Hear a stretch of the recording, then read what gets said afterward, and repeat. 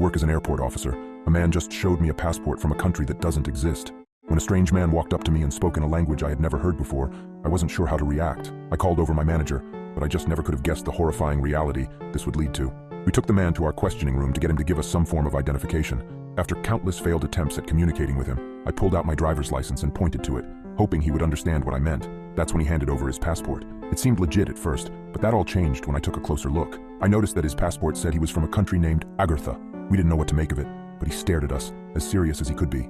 Eventually, we called in an officer of foreign affairs from the FBI, and that's when things got serious very quickly. The mysterious man provided unidentified currency, photos from an unidentified land, and the passport from the unidentified country.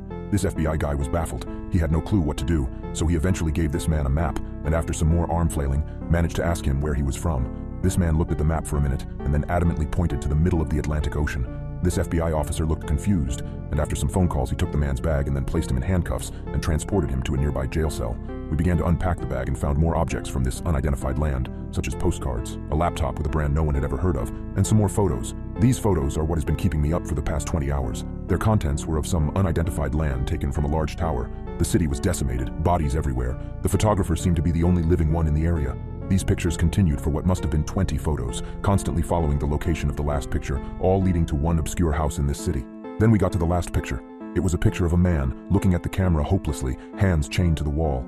He still had his business attire on, but was missing a button up under his blazer. His skin was exposed, and we could see unattended cuts festering at his skin. The man looked to be on his last breath. After seeing this, the officers apparently rushed to the jail cell for questioning, but when they got there, they were told the man had never arrived.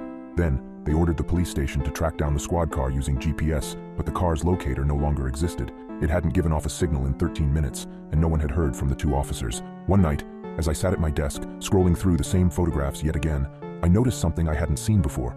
In the background of one of the images, obscured by the ruins of the city, there was a faint, shadowy figure. It was almost imperceptible, like a whisper in the darkness, but it sent a chill down my spine. I zoomed in on the photograph, trying to make out more details, and that's when I saw it. The figure appeared to be tall and cloaked in darkness, with elongated limbs that seemed to stretch unnaturally.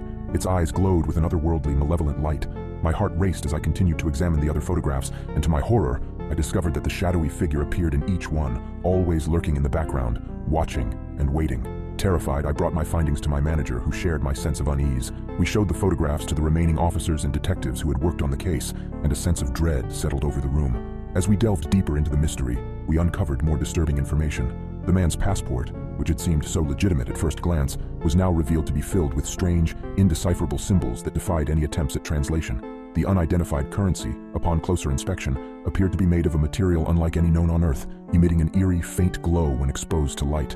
The laptop from the unknown brand revealed a cache of encrypted files that seemed to contain cryptic messages and diagrams that made no sense to us. The sense of foreboding grew stronger with each passing day, and it became clear that we were dealing with something far beyond our comprehension. And then, one fateful night, as I was alone in the police station, poring over the photographs once more, the lights flickered and a bone-chilling silence descended.